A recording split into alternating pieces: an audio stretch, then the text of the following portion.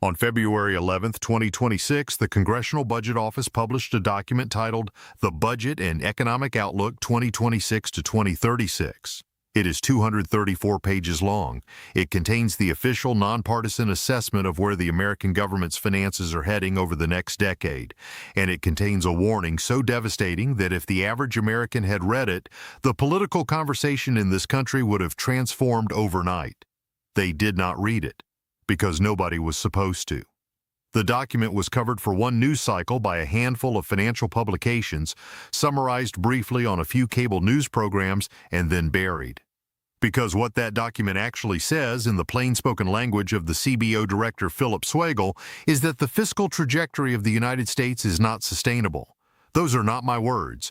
Those are the exact words of the official nonpartisan watchdog whose job is to assess America's financial future. And he said them on the record in a statement that was published alongside the report, and then the report disappeared from the headlines within 48 hours. And what is in that report, in the numbers and the projections and the warnings that are buried in chapter after chapter of fiscal analysis, is the information that should be on the front page of every newspaper in America every day for the next 6 months. It is not.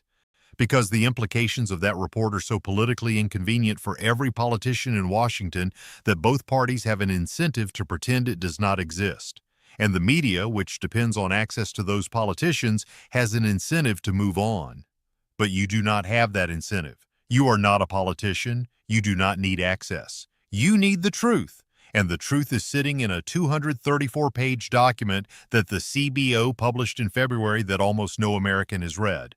And I'm going to walk you through what that document actually says. Because if you understand what is in it, you will understand why every financial decision you make for the next decade needs to be made with the knowledge of what the United States government itself has quietly admitted is coming.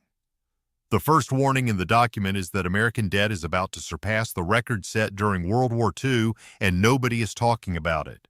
Federal debt held by the public will rise from 99% of GDP at the end of 2025 to 120% of GDP in 2036. That is the first sentence of the summary. And to understand why that sentence should stop every American in their tracks, you need to understand what that number means in historical context. The previous record for U.S. federal debt as a percentage of GDP was 106%. Set in 1946, immediately after the United States had just finished fighting the most destructive war in human history. World War II cost the country approximately $296 billion in 1945 dollars, which is equivalent to over $4 trillion today. We mobilized 16 million Americans in uniform. We rebuilt the industrial capacity of a continent. We funded the Manhattan Project. We liberated Europe and the Pacific. And the debt we took on to do all of that reached 106% of GDP. And within 15 years, through sustained economic growth, we had brought that debt down to approximately 45% of GDP. We paid it off because the economy grew faster than the debt, because tax revenues rose, and because we had the political consensus to do what was needed. The CBO is now telling us that we will exceed the World War II record by 2030, that the debt will reach 120% of GDP by 2036, and that it will continue to 175% of GDP by 2056. And we did not fight a world war to produce this debt. We produced it in peacetime through tax cuts that primarily benefited the wealthy, through wars of choice in the Middle East, through an unfunded expansion of entitlement programs, through emergency spending during the pandemic, and most recently through the One Big Beautiful Bill Act that added $4.7 trillion to the debt through 2035, according to the CBO's own estimate. That debt was not created to defeat fascism. It was not created to defend American democracy. It was created to transfer wealth from the future to the present. And the future in that equation is your children and your grandchildren. They will pay the interest on the debt that was accumulated to fund tax breaks for the richest Americans and to avoid the hard political conversations about entitlement reform that every president for 40 years has refused to have. And the CBO has documented this in a 234-page report that almost nobody read. And let me put this in concrete terms that any family can understand.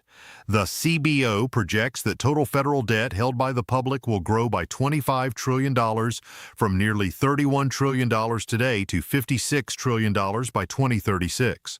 $56 trillion divided by the approximately 130 million American households is approximately $431,000 per household. That is the share of the federal debt that every American household is implicitly responsible for funding through their tax payments over the decades ahead. And the House Budget Committee, chaired by Jody Arrington, warned that gross federal debt is projected to reach $182 trillion by 2056, which works out to roughly $2 million per American family. These are not abstract numbers. They represent the future tax burden, the future inflation burden, and the future benefit cuts that will be imposed on American families to service debt that was accumulated on their behalf without their informed consent.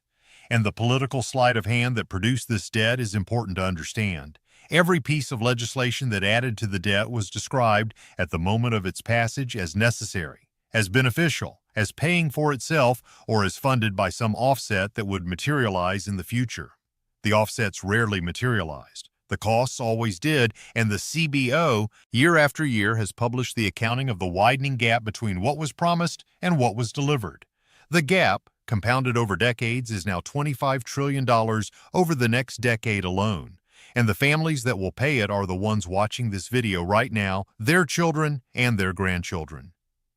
Interest payments on the national debt are about to exceed $1 trillion per year and will surpass every other category of federal spending. Net outlays for interest will more than double from $970 billion in 2025 to $2.1 trillion by 2036.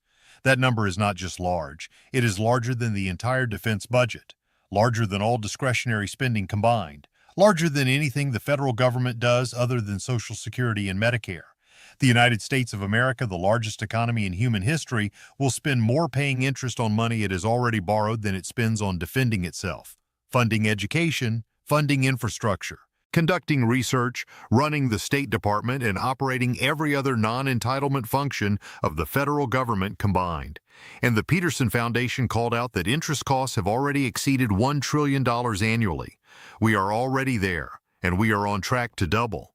As a share of GDP, interest costs will rise from a record 3.2% in 2025 to 4.6% by 2036. Interest payments as a share of federal revenue will grow from 19% this year to 37% by 2056. That means that by 2056, approximately 37 cents of every tax dollar collected by the federal government will go to paying interest on debt that was accumulated before the taxpayer who paid that dollar was born. And the CBO report contains a phrase in its analysis that should have been the headline on every newspaper in America the day the report was published. The phrase is R greater than G. It is an economic expression that means the interest rate on federal debt will exceed the growth rate of the economy. And when that happens, the country enters what economists call a debt spiral. The debt grows faster than the economy can grow to service it. Every year requires more borrowing just to pay the interest on the previous year's debt. And the only exits from a debt spiral are extreme austerity, which means massive spending cuts that would devastate Social Security and Medicare, massive tax increases that would crush the middle class, or inflation, which would erode the purchasing power of every saved dollar in America. The CBO did not use the phrase debt spiral in its summary, but the Committee for a Responsible Federal Budget, analyzing the report, noted explicitly that R greater than G could represent the start of a debt spiral. Those are the words they used, could represent the start of a debt spiral, and the report that contained that warning was buried. The Social Security Trust Fund will be depleted 1 year earlier than previously projected, and benefits will be automatically cut by 28%. The balance of Social Security's Old Age and Survivors Insurance Trust Fund is exhausted in 2032. That is 1 year earlier than the CBO projected in January 2025. And when that trust fund is exhausted, benefits will be automatically reduced by 28% for all beneficiaries, because the law requires the program to pay only what it collects in payroll taxes once the trust fund is depleted. 28% is not a rounding error. It is more than a quarter of every Social Security check being eliminated in a single moment. For the average retired worker receiving approximately $1,907 per month, a 28% cut is $534 per month. That is $6,408 per year. For a retired couple, both drawing benefits, it could be $10,000 to $12,000, $000 per year in eliminated income. And the people who will receive those cuts are not hypothetical future retirees. They are the Americans who are today 55 to 65 years old and planning their retirement around a benefit that the CBO is now telling them will be cut by 28% in 6 years. And the Highway Trust Fund will be depleted even sooner, running out of reserves by 2028, and the Medicare Hospital Insurance Trust Fund will be exhausted around 2040. These are not theoretical scenarios. They are the baseline projections published by the nonpartisan Congressional Budget Office in an official government document. And the political response to these projections has been nothing. No bipartisan debt commission has been assembled. No Social Security reform legislation has been introduced. No serious entitlement program overhaul has been debated on the floor of either chamber of Congress. Because fixing Social Security requires politically painful choices. Raising the retirement age, increasing payroll taxes, means testing benefits, cutting the cost of living adjustments. Every one of those options generates immediate political backlash, and most elected officials have decided that the easier path is to do nothing and let the next administration deal with it. But the next administration will not deal with it either. Because the closer the 2032 deadline gets, the more politically impossible the fix becomes, because anyone who votes for a reform will be blamed for the pain that results. Which means the current trajectory is toward a 28% automatic cut that no one voted for, that no one prepared for, and that will devastate the retirement income of tens of millions of older Americans who planned their lives around benefits that will not arrive at the levels they were promised. And here is the piece of this story that the CBO report makes visible, but that the political class refuses to discuss. The 28% cut does not fall evenly. It falls hardest on the retirees who depend most heavily on Social Security as a percentage of their total retirement income. For high-income retirees with substantial 401k balances, pensions, real estate income, and investment portfolios, Social Security represents perhaps 15 to 25% of their retirement income. A 28% cut to that portion reduces their total retirement income by approximately 4 to 7%. Uncomfortable but survivable. For middle-income retirees with modest retirement savings, Social Security represents 40 to 60% of their total retirement income. A 28% cut reduces their total retirement income by 11 to 17%. Painful and requires lifestyle changes.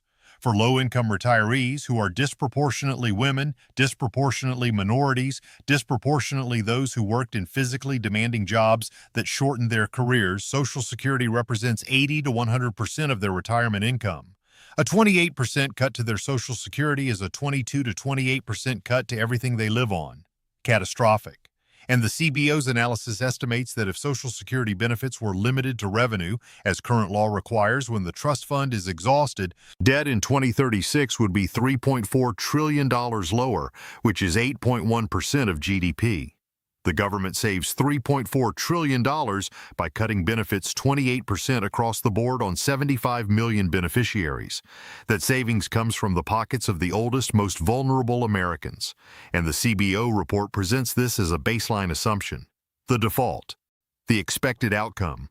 Because fixing it would require political courage that no one in Washington has demonstrated for 40 years. The report documents that the One Big Beautiful Bill Act alone added $4.7 trillion to the deficit while being sold as a tax cut that would pay for itself. The 2025 Reconciliation Act, officially Public Law 119-21, commonly known as the One Big Beautiful Bill Act, added $4.7 trillion to deficits through 2035, according to the CBO's own calculations. When interest costs on that additional debt are included, the total cost rises higher. And when the tariffs that the administration imposed are counted as a partial offset, providing approximately $3 trillion in deficit reduction over the same period, the net effect of the administration's major fiscal policies is still a substantial increase in the trajectory of American debt. But here is the part of the story that the report makes visible and that nobody wants to discuss. The tax cuts in the OBBBA overwhelmingly benefited high-income households and corporations, and the tariffs that are partially offsetting those deficit effects are paid primarily by middle-class consumers who buy imported goods, which means the net fiscal effect of the administration's policies is a wealth transfer. The wealthy receive tax cuts. The middle class is paying higher prices through tariffs, And the federal deficit is still growing because the tax cuts cost more than the tariffs raise. The CBO does not frame it this way because the CBO is nonpartisan and does not make political arguments. It presents numbers. But the numbers, once read and understood, tell a story that is unmistakable. And the story is that the single largest piece of fiscal legislation in recent American history was sold to the public as necessary relief for working families, but has functioned in practice as a mechanism that added trillions to the debt while producing benefits that flowed primarily upward and costs that flow primarily downward. And the reason most Americans do not know this is that the CBO analysis of the bill was published in the middle of a long report in technical language during a period of intense political drama that included the government shutdown and the war with Iran. The report had to compete for attention against events that were easier to cover and more visually dramatic. And it lost. And the trillions of dollars in additional debt and the automatic interest costs that will compound for decades and the Social Security depletion that just moved forward by a year all proceed along the exact trajectory the CBO documented, while the public attention that should have been directed at the document has been consumed by everything else. The interest rate. The federal government must now pay to borrow money is rising, and that rising rate is built into the projections as a permanent feature. The CBO revised its projections for interest rates on 10-year Treasury notes upward by an average of 0.4 percentage points compared to last year's projections. And the agency projects the short-term interest rate to settle at 3.1% at the end of the projection period compared to 3.0% in last year's projection. Small numbers. But when applied to $56 trillion in projected public debt, every 0.1% increase in interest rates adds approximately $56 billion in annual debt service costs, and 0.4% increase adds approximately $224 billion per year. And the reason rates are projected higher is a combination of structural factors that the CBO documents, but that most Americans do not connect to their own lives. First, the deficit is so large and growing so quickly that the Treasury is issuing bonds at record levels. Bond buyers, including foreign governments, pension funds, and private investors, demand higher yields to absorb the expanding supply. Second, inflation expectations remain elevated because of the tariffs and the war and the food crisis, which means buyers demand compensation for the purchasing power erosion they expect to experience. Third, the administration's pressure on the Federal Reserve for aggressive rate cuts has undermined the Fed's credibility on inflation fighting, which means markets price in a higher risk premium on long-term bonds. And fourth, foreign holders of U.S. debt, particularly China and Japan, have been reducing their holdings. When foreign buyers step back, the Treasury must attract domestic buyers at higher yields. All of these factors compound. And the result is that the United States government pays more to borrow money, which means taxpayers pay more in debt service costs, which means less federal revenue is available for Social Security, Medicare, defense, infrastructure, and every other priority. The rising interest rates are a tax on the future that the present is forcing the future to pay. And the CBO has documented this with precision in a report that nobody read, and there is a feedback loop in this trajectory that makes it particularly dangerous. When federal interest costs rise, the government either has to raise taxes to pay them, cut other spending to afford them, or borrow more to cover them. If it borrows more, the debt grows faster, which increases future interest costs, which requires more borrowing. That is how a debt spiral actually operates. And when foreign holders of U.S. debt see this dynamic accelerating, they start reducing their positions, which forces the Treasury to offer higher yields to attract domestic buyers, which raises the rate further, which accelerates the cycle. China reduced its holdings of U.S. Treasuries by over $100 billion in 2024 and 2025. Japan has been a net seller, and when a major foreign buyer steps back from a market, the marginal buyer is typically domestic and demands higher compensation. The Federal Reserve cannot simply lower rates to offset this dynamic because doing so would reignite inflation, which is already elevated from tariffs and the war. The Fed is trapped between the political pressure to cut rates and the economic reality that cutting rates too aggressively would crash the dollar and produce the exact inflationary spiral that depositors and retirees cannot survive. Every choice the Fed makes in this environment produces losers. Higher rates hurt borrowers. Lower rates hurt savers, And the debt trajectory that the CBO documented makes this trade-off worse every year because the stakes of each decision grow with the size of the debt. The path forward, according to the CBO, involves only 3 options, and all 3 of them will hurt ordinary Americans. The CBO does not prescribe policy, but it does describe the mathematical realities of what the current trajectory requires. The deteriorating fiscal situation means less fiscal space for emergencies and a larger debt burden to be financed through some combination of spending cuts, higher taxation, and inflation. That sentence from the report's analysis by the Fiscal Lab on Capitol Hill captures the entire future that Americans face. 3 options: spending cuts, which means reducing Social Security, Medicare, Medicaid, defense, infrastructure, education, and every other federal program that delivers value to American households.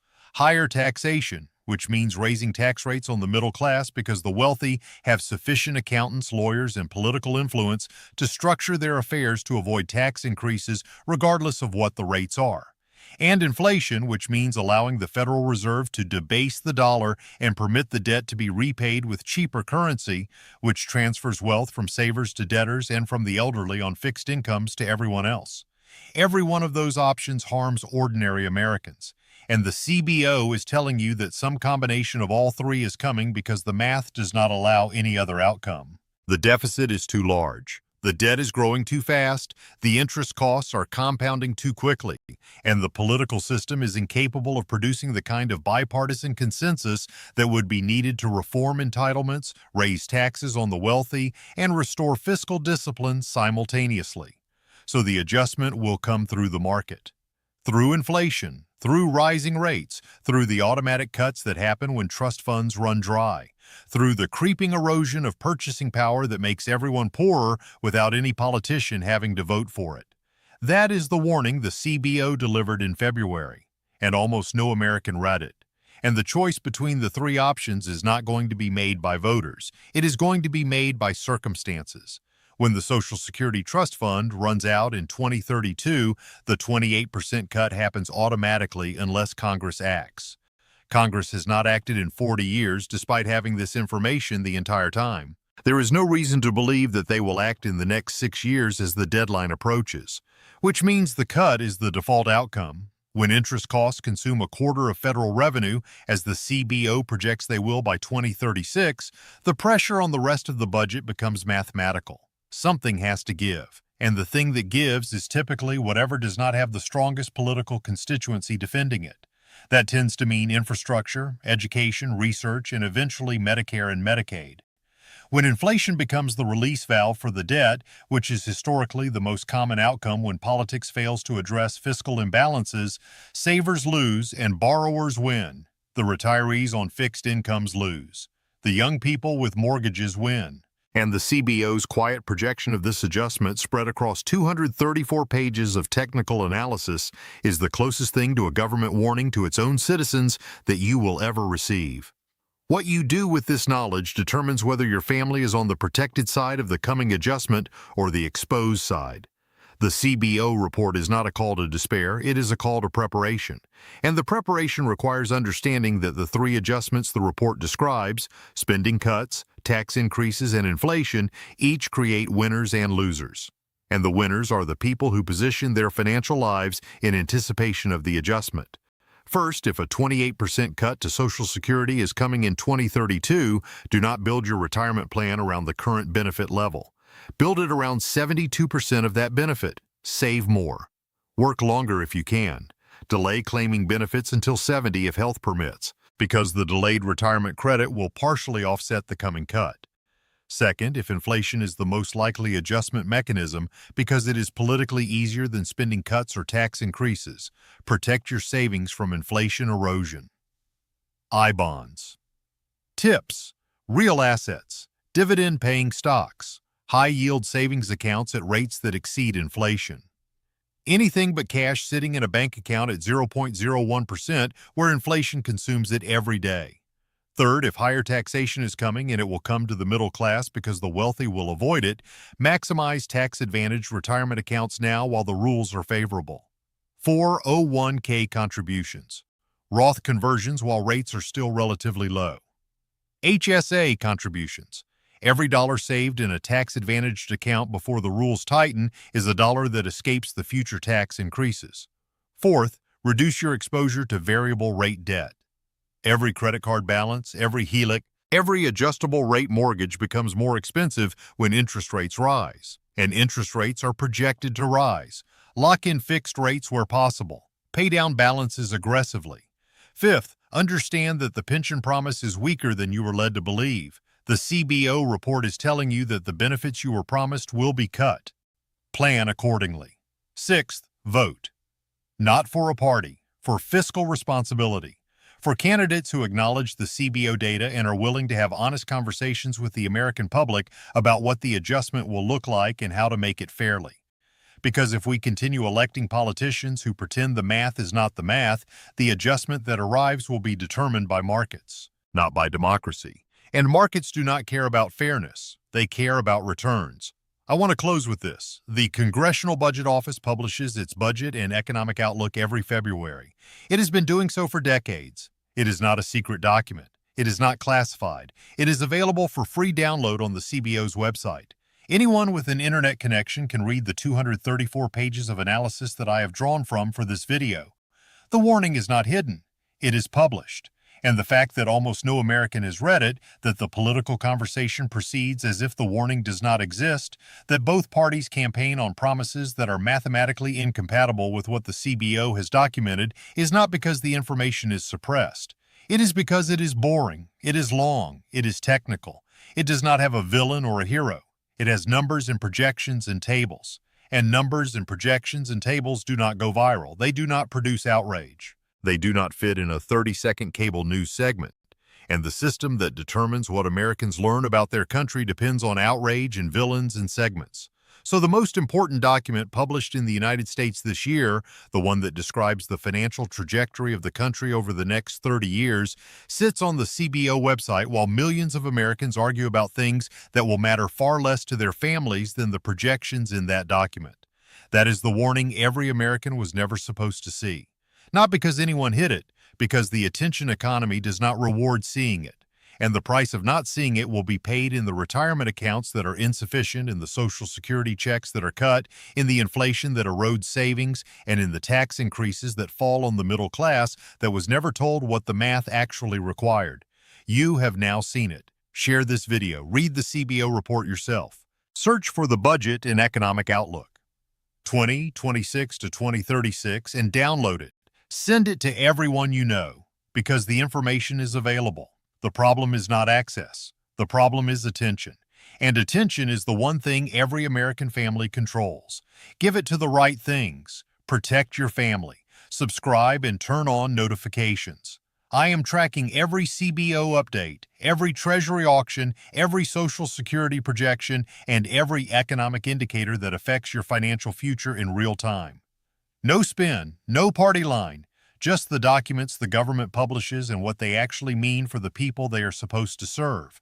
Take care of yourselves out there, protect your savings, read the document, and I will see you in the next one, because the next one will track what happens next, in real time, every month, every CBO update, every Treasury auction, every Social Security projection, until the trajectory bends or breaks.